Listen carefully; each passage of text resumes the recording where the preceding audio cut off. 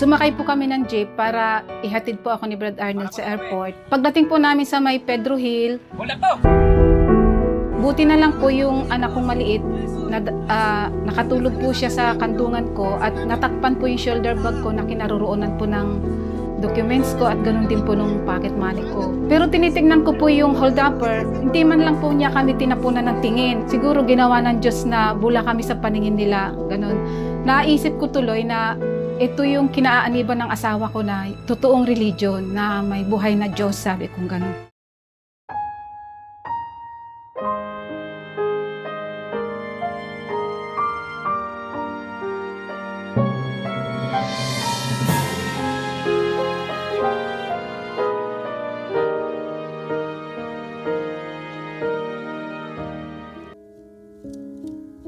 Lumakay ako sa pamilyang Katoliko, nagsisimba, tuwing araw lang ng linggo, piyesta at ang bagong taon at pag-birthday ko. Ang asawa kong si Brad Arnel Canlas, nakikinig siya kay Brad Eli. Pero habang nakikinig po siya, hindi pa rin po niya naaalis yung pag-iinom niya, paninigarilyo. Pinakamalala po na nangyari ay nagkasakit po siya at nag-50-50 po ang buhay niya. Tapos nung paglabas po niya ng hospital, doon na po siya nag-decide na hanapin niya po ang lokal para magpadoktrina na po sila ng aking anak na si Jezreel Canlas. Sa awat tulong ng Diyos ay nabautismuhan naman po sila. Doon ko po nakita ang kanyang pagbabago na naalis po ang kanyang mga bisyo at lalo po siyang naging mabuting ama, mapagmahal sa aking pamilya. Yung time na yon, doon ako hinire ng kapatid ko na papunta na Hong Kong para makasama po niya. Sumakay po kami ng jeep para ihatid po ako ni Brad Arnel sa airport. Pagdating po namin sa may Pedro Hill, buti na lang po yung anak kong maliit, nakatulog po siya sa kantungan ko at natakpan po yung shoulder bag ko na kinaroroonan po ng documents ko at ganun din po nung pocket money ko. Pero tinitignan ko po yung hold-upper, hindi man lang po niya kami tinapunan ng tingin. Siguro ginawa ng Diyos na bula kami sa paningin nila, ganun.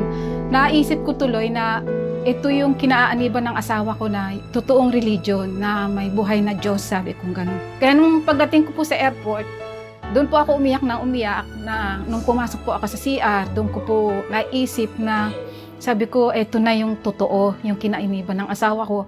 Dahil hindi po kami nadamay sa hold up na nangyari. Kasama ko po yung ate ko sa bahay. Magaan naman po yung trabaho ko dahil dalawa po kami.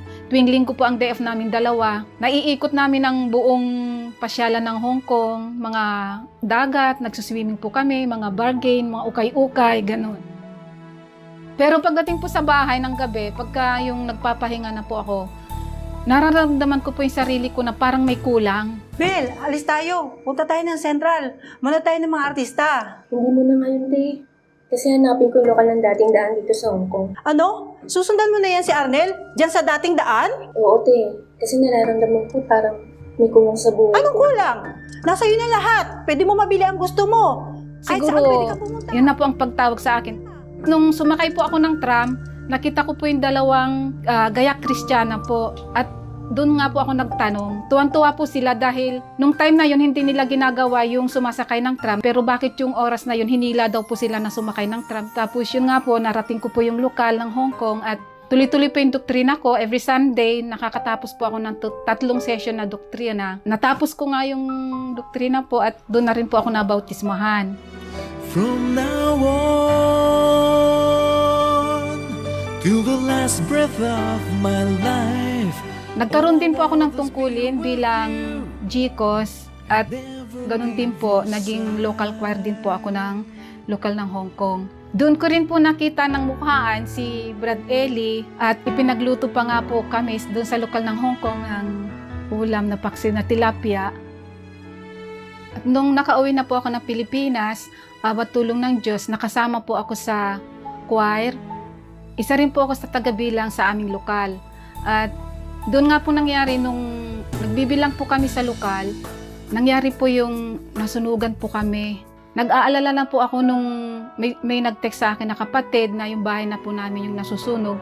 Pero nanalangin po ako na sana ligtas si Jewels do sa bahay dahil siya po ang nandun nung nangyayaring sunog. At ayaw din po ako pauwiin ng mga officers na kasama ko na nagbibilang dahil baka kung ano po ang mangyari sa akin. Hindi ko po alam kung malaking pagsubok din po sa akin ito, pero ang nasambit lang ko na lamang po, Ama, kayo na po ang bahala. Hindi po ako naligalig dahil naririnig ko naman po sa aral ni Kuya na huwag mabalisa. Sabi ko na lamang po, kayo na po ang bahala, Panginoon. Awat tulong ng Diyos, wala naman po nangyari sa aking anak.